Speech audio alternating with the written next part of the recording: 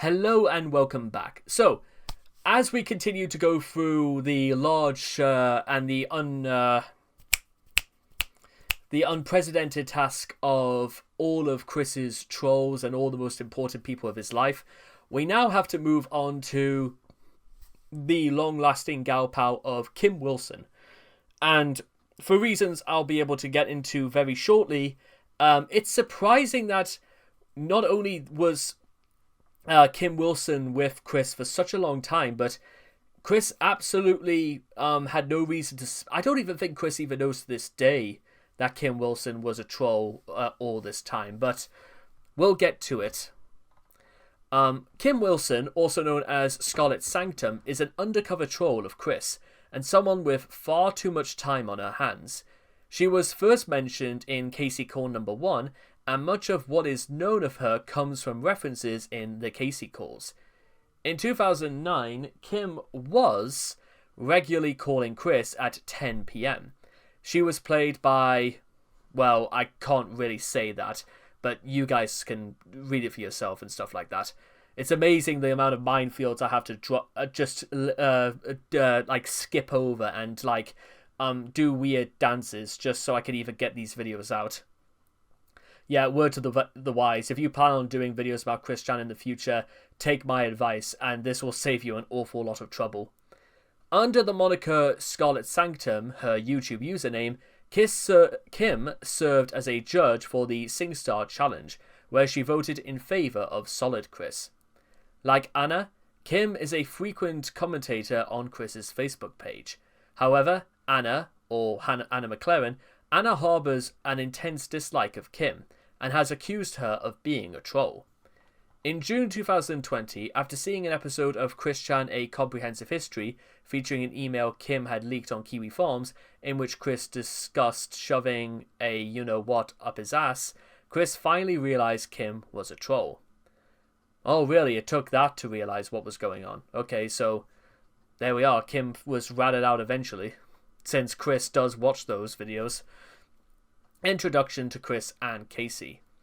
Prior to the Casey Calls, Kim had been emailing Chris, helping him to get into Liquid Chris's email account. In an attempt to establish that she was not a boyfriend-free girl, she told him that she was a tough dude named Logan, and together they had 2 German Shepherds. Irrespective of this, Chris typically still thought Kim liked him, and asked Casey to ask her what she thought of him. Despite having stated, "I respect her space very much," after Chris gave Kim's email address to Casey, the two became friends. Interactions. In August of 2009, Kim asked Chris to share his PSN information with her. He happily surrendered his username and password, something no one would ever think about doing, but there you go, resulting in his PSN account getting hacked. What a surprise. By September of 2009, Kim was regularly calling Chris. It was Kim's suggestion that Chris got a sports bra for exercising, prompting Chris to purchase one. Or multiple, because Chris, threw a bra 3 days away after washing it.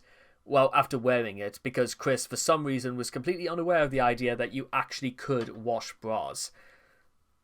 So, goodness knows how much money Chris wasted on sports bras, but we'll come back to that.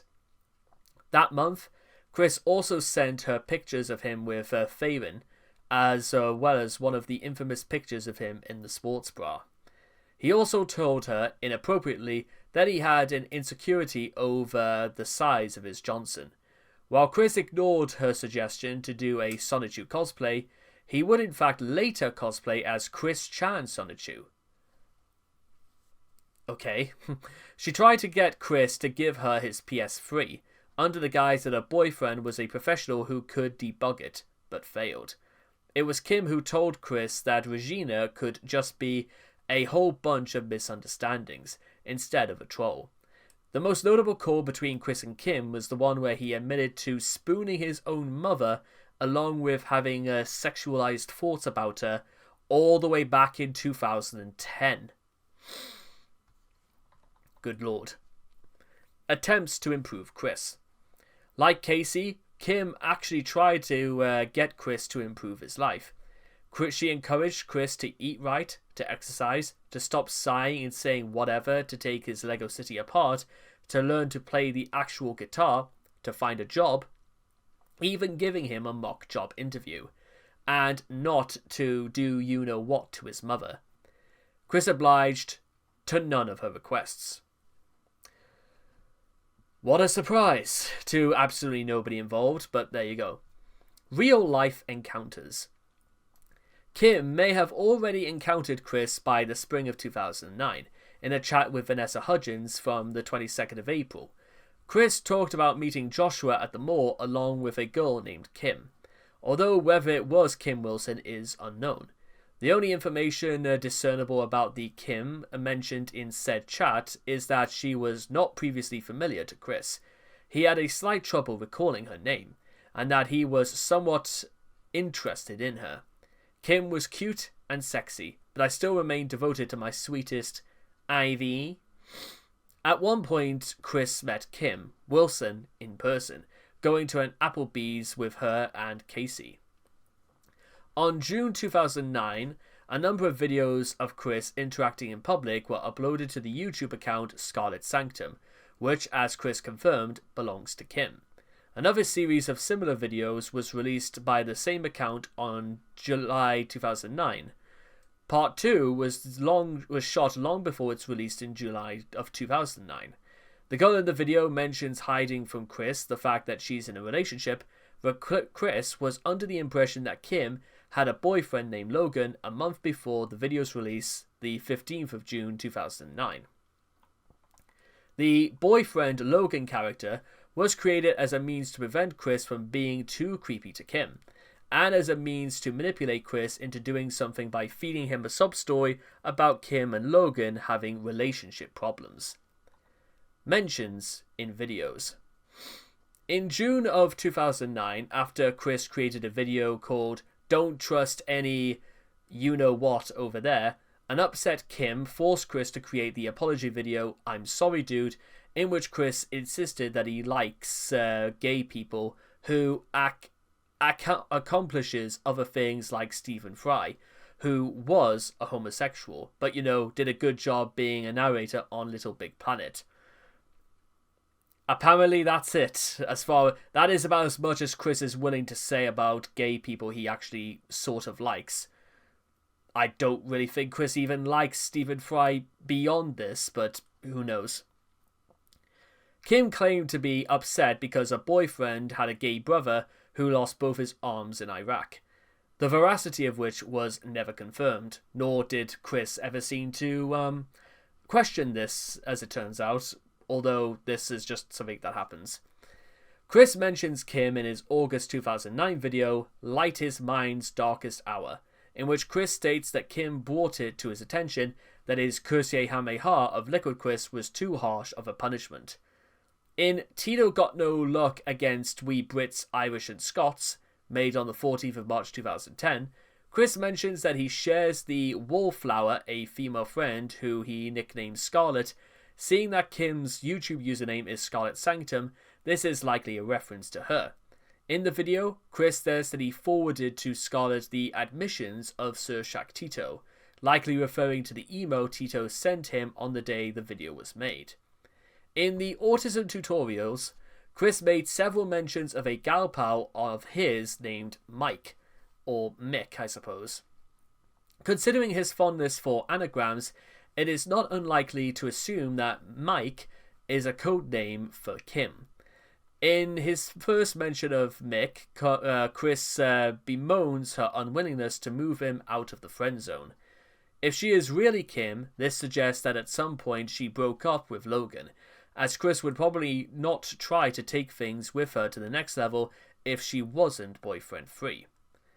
In his last mention of Mick, Chris says that they do not even hang out with each other due to Mick being busy. Facebook. After Chris retreated from public view into his private Facebook page in 2012, Kim followed him there and made regular comments on his wall. Her remarks are usually compliments, or bits of gently proffered advice attempting to push Chris's socializing in a positive direction. Though he does not often follow them, or occasionally some serious criticism, which he never follows. On the 5th of September 2012, Anna McLaren called Kim out as a troll in a comment thread following one of Chris's posts. Either Chris ignored her accusation or he wasn't convinced, as he continued to recognize Kim as one of his few friends in subsequent updates. On the 12th of May 2015, Kim commented on a photo of Chris's Facebook page, revealing that he is now taking female hormones. Following Chris and Jessica Quinn's breakup on the 5th of October 2017, Kim attempted to console Chris. However, she misinterpreted the cause, to which Chris ranted at her. In his rage, Chris remarked that Kim knows the magical man's identity. And, well, ironically, that's pretty much it. As far as we know, that's all really Kim Wilson really is, I suppose. So, I don't really feel like, again, I don't think I have anything more to say apart from that. Kim, whilst not really, like, directly involved, she was kind of more just the, she was more of the Hermes of trolls. She wasn't there to set Chris up to fail. She was just there to, like, gain information. She was only really there to she was more of an alibi troll than somebody who actually wanted to do this to hurt Chris. This is just to gather more intel on Chris's actions online and offline. Far from the best person in the world, but because she didn't really have any real true involvement in any of the sagas herself, I suppose she's more neutral in her approach. But there you are. Make of that what you will. And the fact that, again, ties were broken because of the Geno Samuel documentary.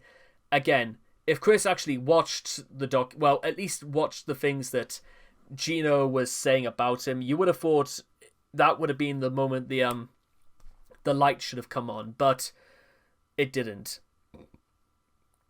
Chris is all dressed up with nowhere to go, the lights are off, and there's everybody home. That sort of thing. Now, with all that being said and done, I hope each and every one of you have enjoyed this article talking about Kim Wilson. I know it's a little bit lighter, but then again, that kind of has more to do with Kim Wilson didn't play a major role in any of the sagas. It's just sort of she saw what happened with her eyes. But with that being said, thank all of you for watching, and I cannot wait to see all of you guys again in the next video. So take care, and bye-bye for now.